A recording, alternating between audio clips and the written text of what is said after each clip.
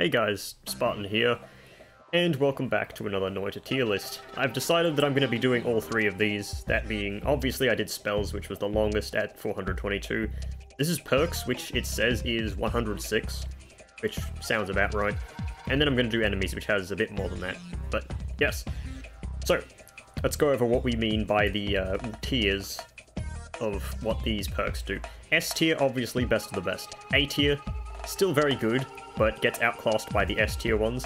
B is also good to take in most situations. C is alright, perks that do have a positive effect, but are probably overshadowed by other perks. D is perks that do very little, and it's like mostly ignorable. And detrimental is perks that are actually just bad. Like, you do not want to take them. So, let's start. Bombs Materialized is... Surprised this one isn't organized alphabetically, but Bombs Materialized is D tier, because Bombs Materialized just kind of really doesn't do anything. Like, yeah, you can put bombs in your inventory slots and, like, use them as, like, flasks or something like that. But the thing is, you still have to, like, use them as if they are inventory slots, and inventory slots, like, you only get 4 of them. So, yeah, why bother? Like, inventory in this game is already tighter than it needs to be. Like, I have trouble fitting 4 items in my, inventory every game. Like, I want to have, obviously, like, a water flask, a pouch of some material, most likely weird fungus, a broken wand or 2, and then I have only 1 slot for, something else. So yeah, not really that important. Healthy Exploration. This is a B tier skill. Or perk. So Healthy Exploration is very, very good early game when you can easily hit a bunch of random biomes for 60 health. And 60 health at the start of the game is a huge amount. It allows you to, like, skip the first HP up in the first Holy Mountain, because you don't need the full heal when you're instantly going to go to Coal Pits and heal 60 HP back. And then if you need to get even more, you can go to the Fungal Caverns, heal another 60 HP. And you can, like, go to the Overworld as well. You can hit, like, the Snowy Chasm, the Pyramid, the Desert. Like, there's a whole bunch of healing that you can get for free off this thing. It doesn't really extend very well into the late game, but it is a very good healing perk when healing is, you know, healing is very valuable. The only thing that could make it better is if it actually gave you resistance to anything, because the resistance perks are generally a lot better. You know, not taking damage is usually better than healing it back. This is always cast. It adds like a one-off, as you can see, it's got the green border. This is C tier, because you can high roll, but it can also destroy your wand. It is kind of wonky, but if it high rolls, then it high rolls really good, but if it low rolls, you kind of just ruin your wand. It's really good, potentially, if you throw it on, like, the starting bomb wand, but that's about it. Yeah. Also, by the way, we're listening to Rayman 3 OST again, because it's 8 hours long, and I don't have to edit it down unless it plays a cutscene, because for some reason the cutscenes of that game are in this OST. But hopefully that won't happen. Angry Ghost. Angry Ghost is very weird. So it works by whenever you fire, it copies a projectile that it has seen recently when you were in combat. That means it can copy, like, energy orb, it can copy enemy projectiles, it can copy canisters, it can copy rocks. I want to put this in detrimental because it can kill you very easily, but it's... You know what, it does have potential. If you're not doing gold runs, then it does have a considerable power boost. Like, it's one of the reasons why you can keep the starting bomb wand, because it's whenever you fire, and this guy fires very quickly if you obviously use the bomb wand. You don't need to be casting a spell specifically, you just need to be firing. So if you can, like, copy a giant magic missile or something like that from Angry Ghost, then it will fire like crazy. So if you have explosion immunity, really good. This is Rage-Fueled Levitation. This is actually better than it looks, but not by much. So you gain levitation energy back when you kill an enemy, or when an enemy around you dies. I think that's specifically what it is. And not falling into like a pit of acid in the middle of combat is very important. And yeah, this is definitely very low B tier, but it is B tier. So yeah, I have really nothing else to say about this perk. It's just kind of okay. Lucky Mutation. Detrimental. This is bad because it removes your ability to levitate unless walls are nearby, and obviously there are parts of the game, like for instance the entire overworld, where you may want to float, and you just can't because there's no walls. Obviously it gets a whole bunch better while you're inside caves and junk like that, but like, why bother? Or you have like 20 stacks of it from reaching over to parallel world because it gives you range increases on the thing. It's also a speed up, but that doesn't matter. Also in that regard, Leggy Mutation is basically the same thing, so I'm putting it next to it. Sucks. Gold Attractor.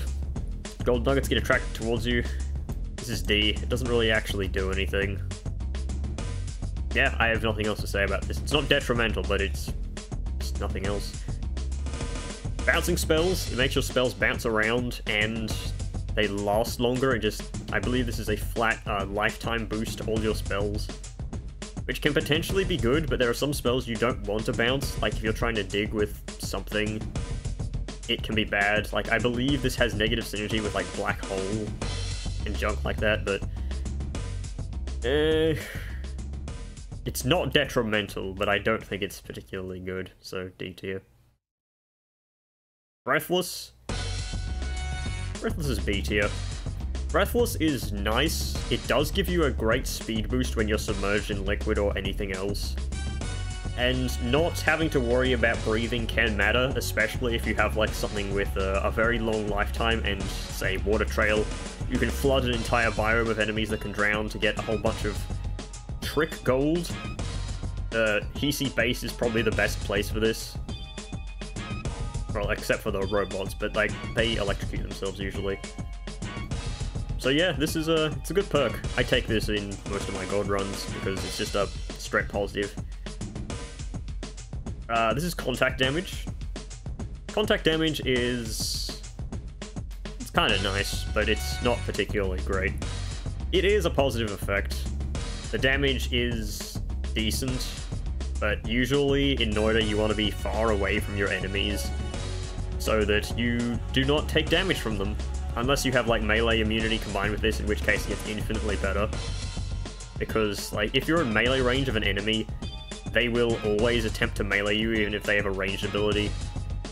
So you can make it so that you can hurt them and they can't actually hurt you. Which is nice, I guess. I believe this is Fungal Curse. I can't tell the difference between this one and this one. Like, one of them is like spontaneous generation and the other one is the other one. Hang on a second, I'm gonna quickly check the wiki because I'm not sure. Okay, this is the one that spawns fungus whenever enemies dies. It's not bad, because especially it doesn't need for you to kill them, but allies in this game are not particularly useful. Usually you want something that boosts your power, so this is going in C tier.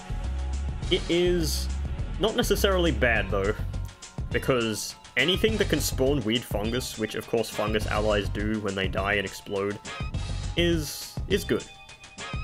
So yeah, it's a thumbs up from me, potentially, but like, it's not particularly great. Crit. This is just straight up a good perk. That's about it. You know what? No, I'll put it in A tier. A tier is getting a bit lonely, and we need to put something in it sooner or later. So crit, it just gives you 15% crit rate. It's nice, it's a damage boost, and you may think it's not that big of a damage boost, but when you crit, it's a 5 times damage. So it is actually a lot of extra damage when it hits. And yeah, it works for pretty much everything, so it's good. Also, the player is immune to crits. I don't know if you knew this, but yeah, so it doesn't work against you in any way. Mortal Ghost. Whenever an enemy dies near you, it releases a ghost that does area of effect damage. It's fine. It is useful against certain enemies, specifically, like the rock creatures that spawn in the fungal caverns that, like, when they take damage, they spawn little tiny shits that fly around and they're, like, immune to lava and other garbage. This absolutely obliterates them and creates, like, 7 of these ghosts. It's really good. But yeah, other than that, not particularly useful. Dissolve powders. This dissolves powders near you. Yeah.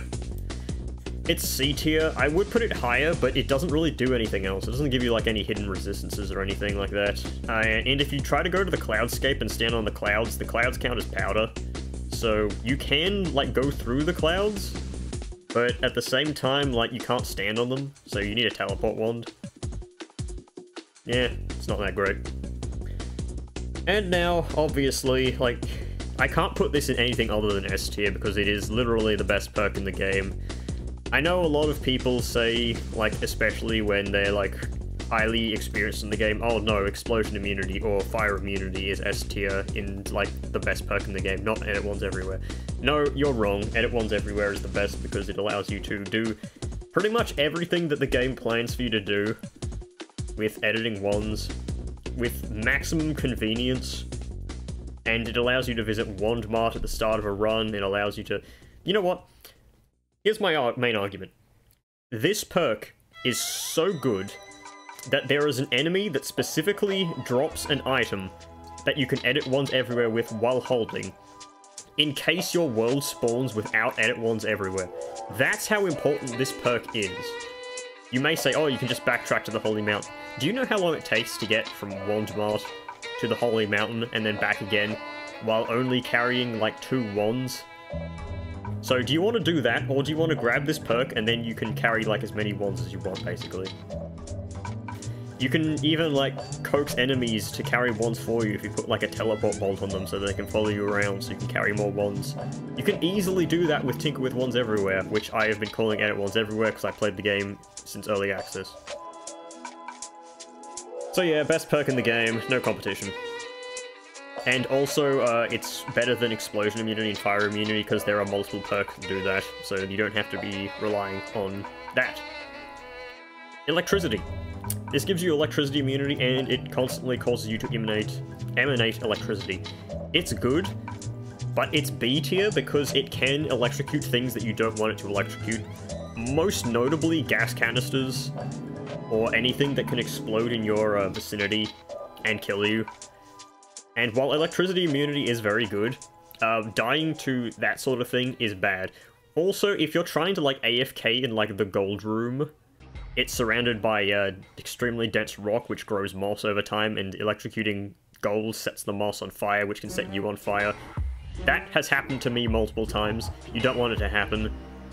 And, yeah. Enemy radar. Enemy radar is fairly useful, but it's nothing special. Like, there's a lot of scenarios where it doesn't matter. Like, it's outclassed by certain abilities such as All-Seeing Eye and the like. So yeah, it's fine, but not special. Exploding corpses just makes enemies explode and gives you explosion immunity. This is A tier. It is actually worse than explosion immunity. You know what? Let me just grab explosion immunity. Where is that? I can't see it. Oh, it's with all the other immunities. Explosion immunity is S tier, this is A tier. The reason that this is S and this is A, while they both give explosion immunity, is you don't actually want the corpses to explode most of the time. Most notably, the polymorph wizards exploding when you kill them is negative because you want to, like, eat their corpses to gain polymorph immunity for, like, 100 seconds, which is pretty damn useful. Can't really do that when their corpses explode. And while there are positives of corpses exploding, there's also negatives of that happening, which, more often than not, is what gets you. And the amount of times when an enemy is close to another enemy, and then it explodes and dies and kills another enemy, and then it explodes and kills another enemy, that's a pipe dream. You are taking this for the explosion immunity, of course. But explosion immunity, very good in this game anyway, so you might as well take it. Exploding gold... You know what, Exploding Gold is a bit better than you give it credit for, but... I mean, it's still just Exploding Gold. How frequently are enemies standing in gold? Not a whole bunch, unless you're talking about that Hisi that spawns a bunch of Hisi on taking damage. The Hisi leader, but... in that case, it's still probably better off using, like, something else. This is Extra Health. It's a one-off perk. It increases your health by 50%. It's B tier. Extra Health is always good. Yeah, it's just always good. It's always good to have more HP. You may think that it's better to take it later in the run, but if you're doing Heart Mage Exploit, it literally, like, doesn't matter at what point you take it. Because, halving your health and then redoubling it does the same thing, so might as well. This is Extra Knockback. It knocks enemies back more. It is irrelevant, mostly. So, yeah. It's just not great. This is High Mana, Low Capacity, which is, it adds a bunch of mana and mana recharge speed to your wand at the cost of halving its capacity. Now, halving capacity is really bad, and unless you combine this with extra capacity, then, it's not that great. Also, it only works on the wand you're holding.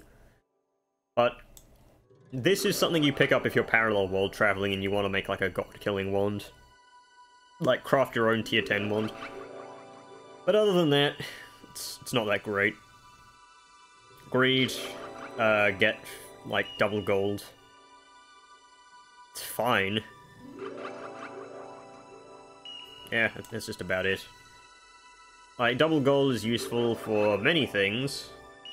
The best, or the way that you gain the most gold in this game in one go is by killing Kivi, which drops gold nuggets if you have like 1,000,000 HP, which this does double, but like, do you even need that much gold at that point of the game?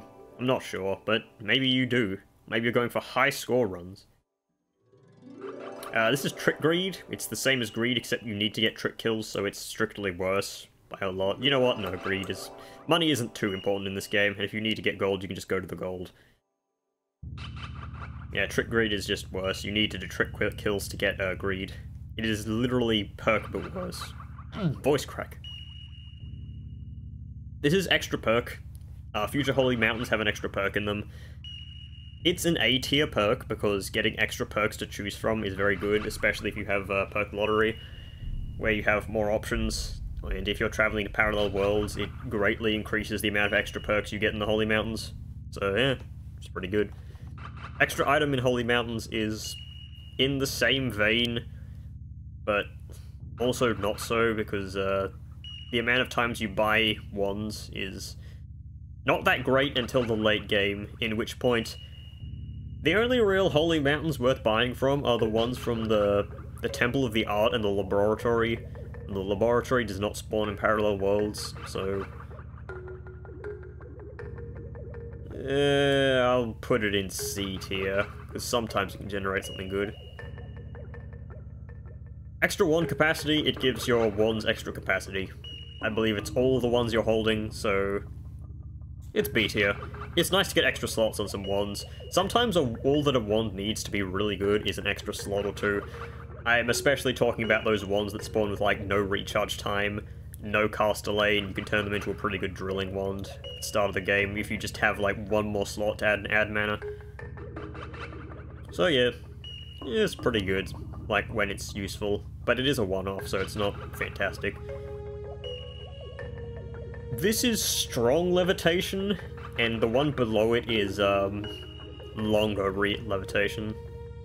This one is you levitate 75% faster. This one is you levitate for double time. So, this is B, and this is A.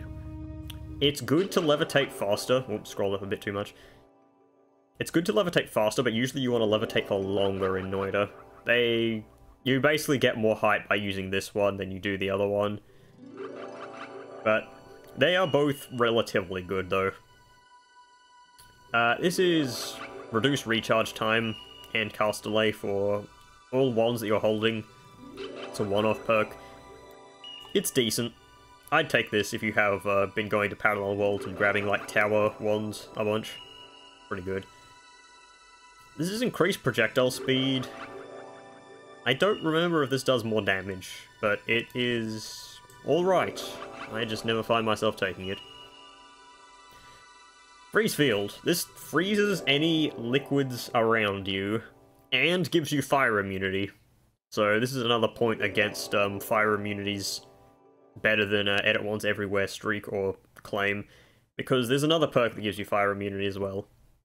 So you usually don't want to freeze all things around you because it's easy to get stuck in like water or something like that. But since, like, actually it's very hard to get stained when you have a freeze field. So this has like synergy with stainless armor, obviously.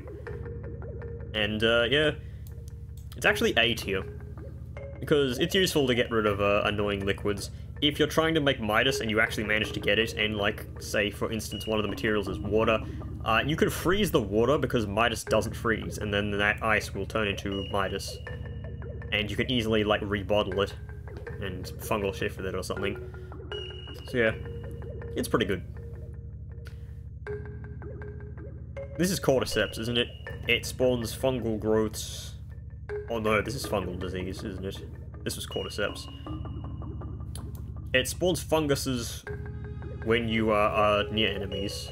It's not particularly great, but it does something, I guess. Gamble! 99% of gamblers take this, and then they lose the game instantly because they roll like the worst perks in the game. It is honestly C tier. Because Gamble, while it can give you like the best perks in the game, it can give you something that just kills your run, because there are several perks that just murder you when you take them. But, you know, I'll still take it every run I can get because I'm a stupid idiot that loves the thrill of the gamble. Gas Blood. Gas Blood replaces your blood with gas, and it gives you immunity to toxic things. It doesn't tell you it does this, but it does. And it's actually S tier.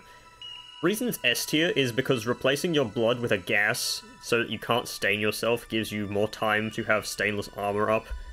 Like, stainless armor is really good. I'm spoilers for later on in the video, but taking half damage and then like taking one hit and then bleeding all over yourself and then removing your half damage buff is it's not good. But having gas blood, I mean, yeah. Not only does it protect you from toxic, it also, it stops you from getting stained. Only detriment is the gas can be lit on fire, and then you burn. So, make sure you have something to put yourself out, or fire immunity. Speaking of, gases being lit on fire, gas fire. This ignites gases around you, and that's all it does. Most notably, this is useful against freezing vapor. This is like freezing vapor immunity, basically, which means it is like the most situational thing in the galaxy. But, overall, it is fairly good if you have fire immunity and, like, all the other immunities. It's just another thing you can stack on there. So, more love and more hatred. More hatred is going in C, more love is going in B, because generally you want enemies to not attack you more than you want enemies to attack each other. It is just generally better that way. Like, one of the ways that people do their runs, their God mode runs, their 33 orb runs, is by stacking up 4 more loves so that enemies just don't attack them and they can just go through the worlds and not care about polymorph mages or anything. Which, it's kind of the coward's way of doing it, but it works. So yeah, more love, it's kind of good. More hatred just makes enemies attack each other, so you have to deal with less enemies, but yeah. Glass Cannon. Glass Cannon reduces your HP to 50, you can't increase it with normal hearts. And it is kind of detrimental, really, but with Heart Mage exploits you can just get that health back. It does make it a whole lot harder, so it's going in C tier. Only because that damage buff is massive. Like, if you already have a bunch of resistances and you can easily Heart Mage clone, then this gives a whole bunch of extra damage.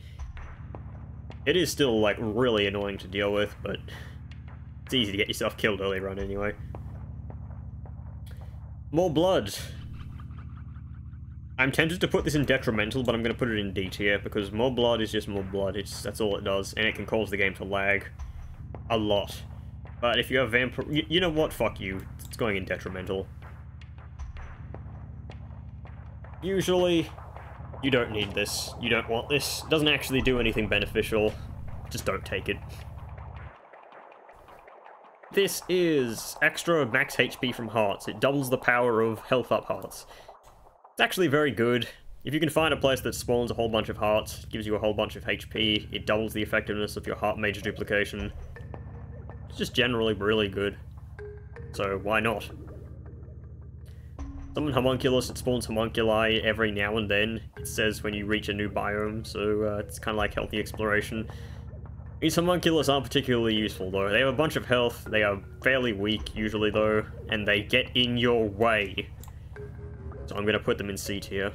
Like, the only time I've ever taken this was when I needed to grab every perk that I have missed, because I never picked it up. And it was super annoying.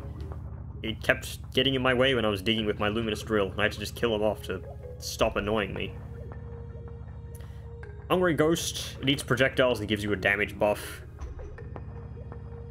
Yeah, it's fairly useful actually. Eating projectiles so that you don't get hit is kind of useful. So yeah, just take it I guess. The damage buff is... I've seen you be able to do some janky, like, zany shit with this. Just make sure you don't use it on your self-healing wand, otherwise you may just kill yourself. Invisibility? Invisibility. It makes you invisible. Unless you're stained. I guess it's B tier. It's nothing special in B tier, but it does prevent you from taking a bunch of damage if you're careful. It's like the stealthy approach. Doesn't work in the fungal caverns when you can easily become, well, it's just naturally humid. So, be careful with that. But yeah, it's decent, I guess, if you want to play the coward's way, or you want to do pacifists. Iron Stomach. You see, Iron Stomach doesn't do anything on its own, really. Like, you need other things to synergize with it. But the things that do synergize with it are really good, in a way. Like, you can gain polymorph immunity from drinking polymorphine, shite like that. It's gonna go in C tier, I guess. It's just a bit unimpactful for what it is. I mean, it's a perk. You'd rather take something else. Kills to mana. Kills to mana can be kind of useful, but usually after you've killed the enemies, you don't need the mana, so you might as well not take it. That's all I have to say about this perk, really. Pinpointer. Reduces your spread, increases your damage slightly, I believe, and velocity. I'm not sure. Let me double check my research. Get back to you on Monday. Reduces spread 20 degrees, increases projectile speed by 40%. That's it. But reducing spread is kind of nice, I guess. Increasing projectile speed is okay. You can go in C tier with its brother, increase projectile speed. Levitation Trail does basically nothing. It does a minor amount of damage to enemies that fly through your path, unless you have homing, in which case it homes them on enemies, but at that point, it still doesn't do that much damage. Unless you really love spells to power, in which case, I guess you could use it, but who cares. Living on the Edge gives you a damage buff when you are below, was it 25 HP or 25% HP? It's a safer glass cannon, but it's too situational to really matter. Reduce spread. It reduces your spread. What else do you need to know? This is... What is this perk? It's... Oh, low recoil. It reduces the recoil of your wands. Does anyone actually notice recoil on their wands? I don't. And in which case, if I'm trying to go for a very high reload to teleport around, basically, I want recoil. Looky minion. It's a minion. It's not very useful. Spatial awareness.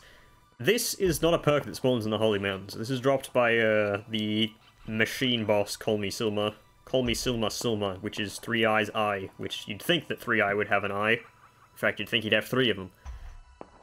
But it tells you basically wherever you are in the world. It also tells you where Toveri is. It tells you where the Altar of Nullification is, the essences, all that shite.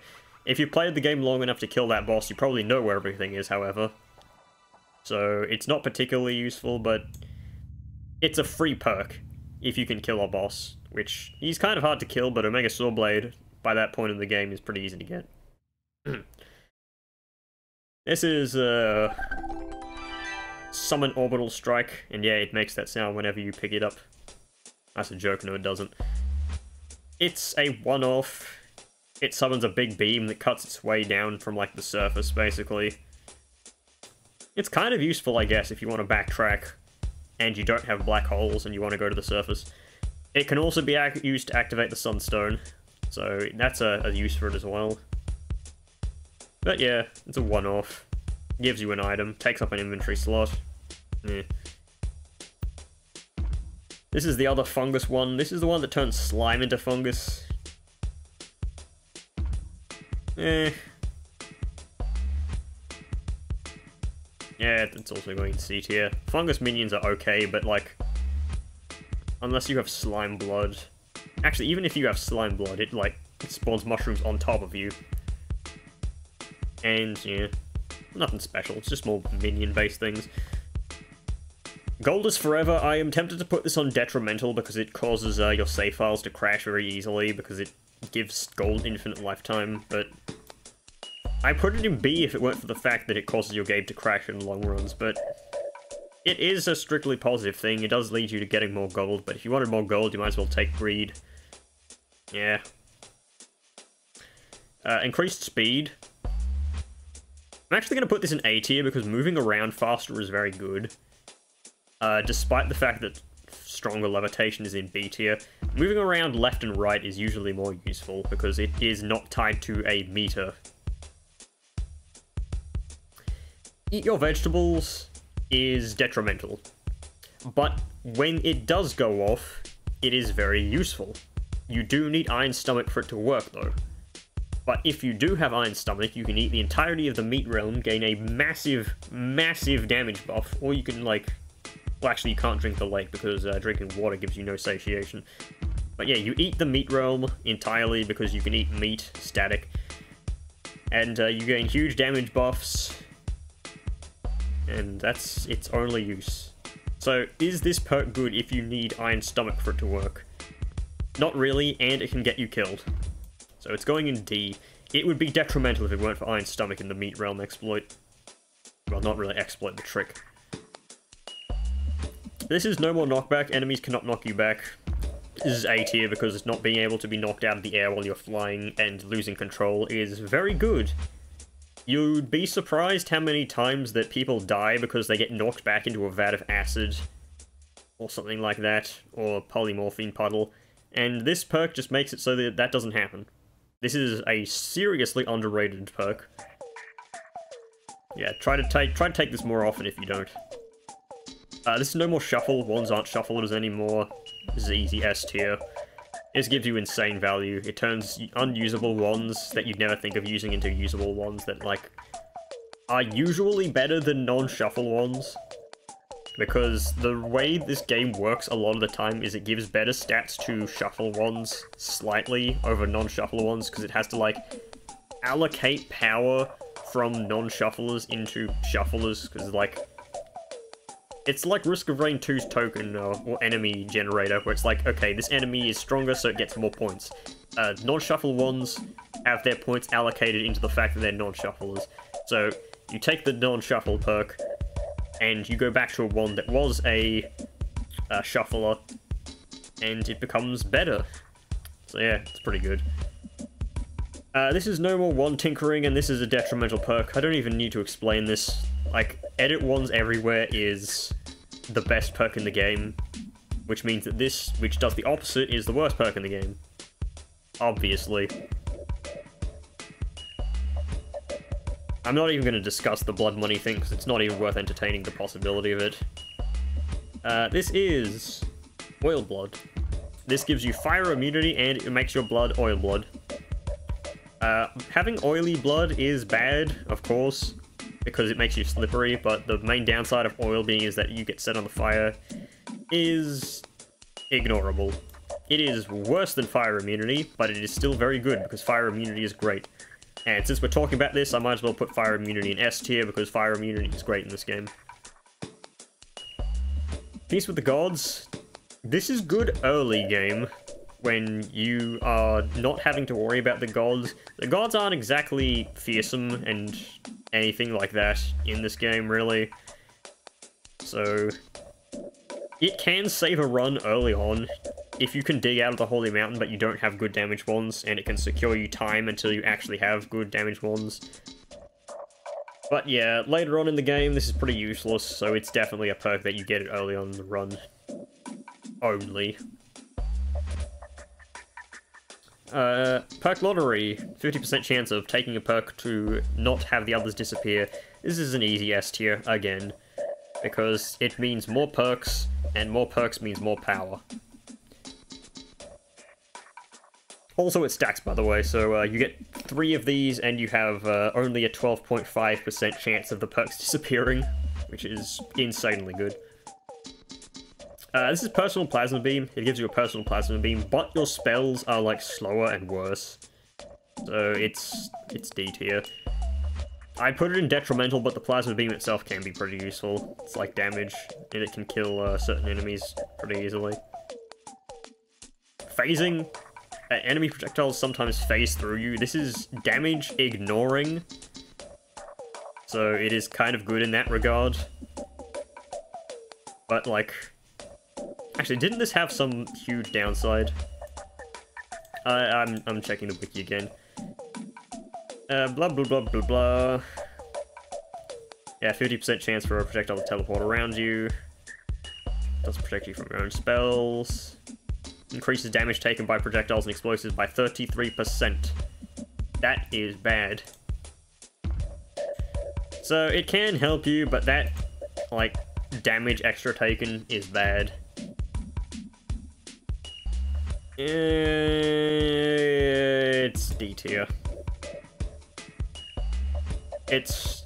That extra damage taken is just really bad. Even if you have explosion immunity. Like, it's still projectile damage. Rats. This is whenever a enemy dies, summon a friendly rat minion. Rats don't really do anything, and if you're affected by Berserkium, the rats attack you, and they deal a lot of damage, actually. Rats are bad because they have no projectile damage, so any enemy that can fly is basically immune to them. This is going in D tier. It's not that great. Projectile duplication. I need to double check this again because I want to know the exact stats on this. Because this is a perk I never take because it has some... It has some crazy downside that I have completely forgotten about. And I cannot see it on the wiki. Here it is. I'm opening it in a bloody incognito tab so you can't see because it's annoying. So, you take 25% more damage from projectiles. Yeah, it's more damage taken.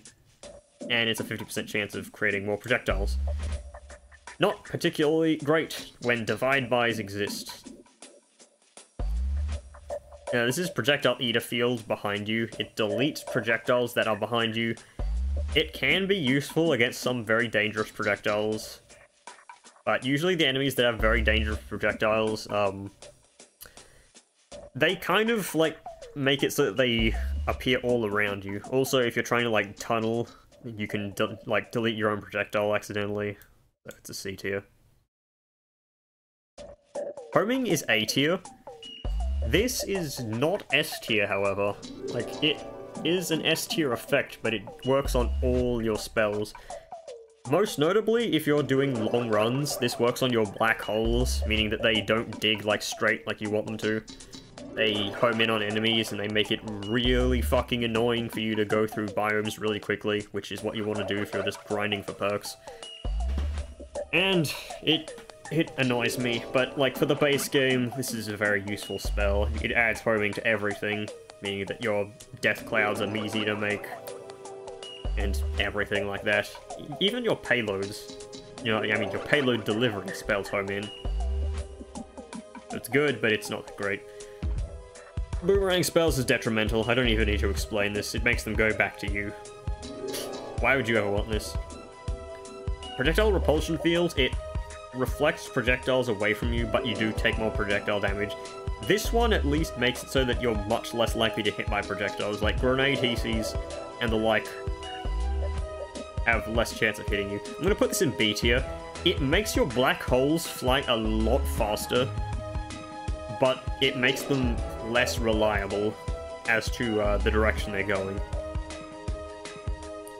It's kind of useful, and I would take it every now and then, but usually I like to do long runs where this is detrimental by that point, but there's no reason not for you to take it if you're doing shorter runs.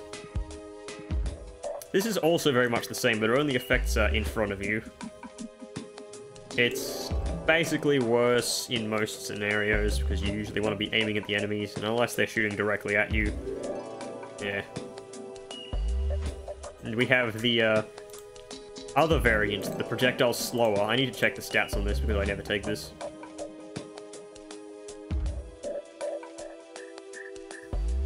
Yeah. It slows down projectiles in its aura, including yours, which is not very good. It has synergy with the projectile repulsion field, as it says on the wiki, which you can't read, but I assure you it says that. But slowing down projectiles near you can be useful. You just need to make sure that your projectiles go faster. Electricity immunity is going in S tier because it's electricity immunity. Melee immunity is going into S tier because it's an immunity. Toxic immunity is going in A tier because it's also an immunity, but gas blood does it better. I don't think I need to explain why not being able to be hit by certain damage types is very good. So, I won't. Like, you can go through the Luki cave with much less worry about those giant toothy spiders eating you. Just because they can't damage you anymore. Like, there's a whole bunch of melee enemies that can't damage you in this game. Have you ever tried to go to the fungal caverns? It's like all melee enemies. Like, let's count all the enemies in the fungal caverns that can't damage you. So, there's the big squid guys. While they can freeze you, their tentacle attack can't actually damage you, so they can't kill you. There's the tiny ones, which do pretty much the same thing. There's the rock spirits and their little tiny rock spirits, which can't damage you because they only have melee. There's the bees. There's the Hamis spawners, there's the hound enemies that spawn in there, and I think there's one more. But there's a whole bunch of enemies that only have ways to attack you via melee. Oh yeah, Robotic Assassin can spawn in there too, sometimes rarely, and now he can't hurt you either, so yeah. Very good. Item Radar. I have a soft spot for Item Radar because I had to grind out to gain the final enemy log for mimics, and this really helps when you need to find chests. Finding items also counts for finding hearts, which is very good early game, so I'll give that a B. Moon Radar is a free perk, so it goes in B tier, because it's literally free. You dig down next to the overgrown caverns to the right, and it's just there. You can take it. This perk is free. All-Seeing Eye is S tier because it allows you to go to pretty much everywhere you want with no fog of war. It allows you to easily find hearts at the early game. It allows you to go through the magical temple to the left. And hearts duplicate very easily if you can find a Master of Wounding. It does so much for such an easy perk. Like, the spell version of this had to be nerfed so that you can't see everywhere, and this is the unnerfed version. So good. Feared by worms. This kind of just doesn't do anything. Like, worms run away from you and they can't dig through terrain. Like, you may think, oh, it stops them from digging through the Holy Mountain, but at that point, who cares? By the time these worm enemies show up, then, like, you can usually kill the gods anyway. Repelling Cape. It's okay.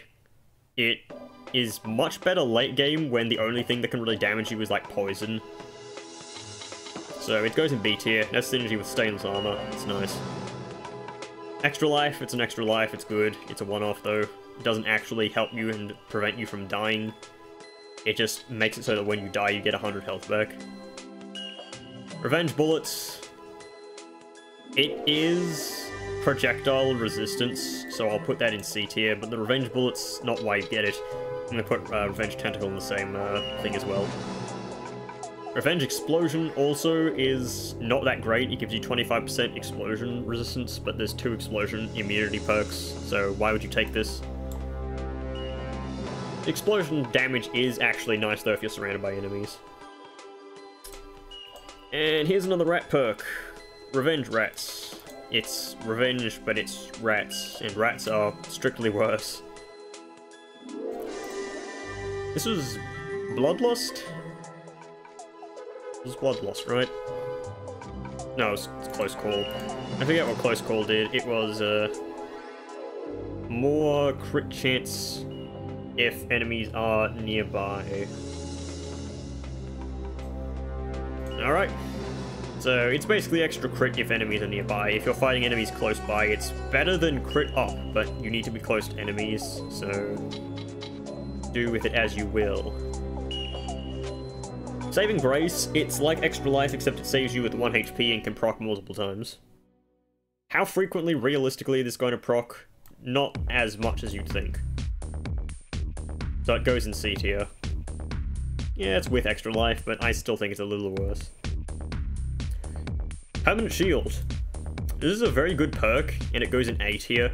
It does not go in S tier, because the Permanent Shield doesn't always work on projectiles. And if you get this early on, it makes heart duping much, much harder. It makes it pretty much almost impossible unless you're literally right up in the dude's face. But that's like the one projectile you want to get hit by, so it is very good. After you've already heart duped though, you just want to take as many of these as you want. It's almost S tier, but it's just on the verge. I'd say this is probably the best A tier perk though. Slime Blood, it makes it so slime doesn't slow you down, and you gain projectile resistance. This is an A tier perk. You never realize how slowed down you get by slime until it actually happens, because it's like, oh hey, I'm really, really fucking slow. And damage resistance is nice. I take this, and then I take Gas Blood to get rid of the Slime Blood, because you basically just want it for the slime immunity and projectile resistance.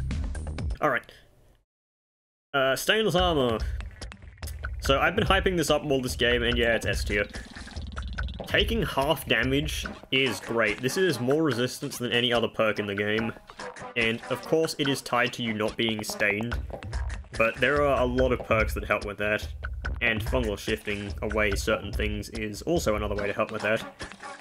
Like, if you create a broken fungal shift chain, for instance, let's say I turn everything in the world into polymorphine, for instance, and then I keep fungal shifting with that polymorphine flask I have, and then turn all polymorphine into, I don't know, like, something that doesn't stain, then there will still be puddles of polymorphine from the things that were turned into polymorphine, but that's a broken chain because polymorphine doesn't exist anymore.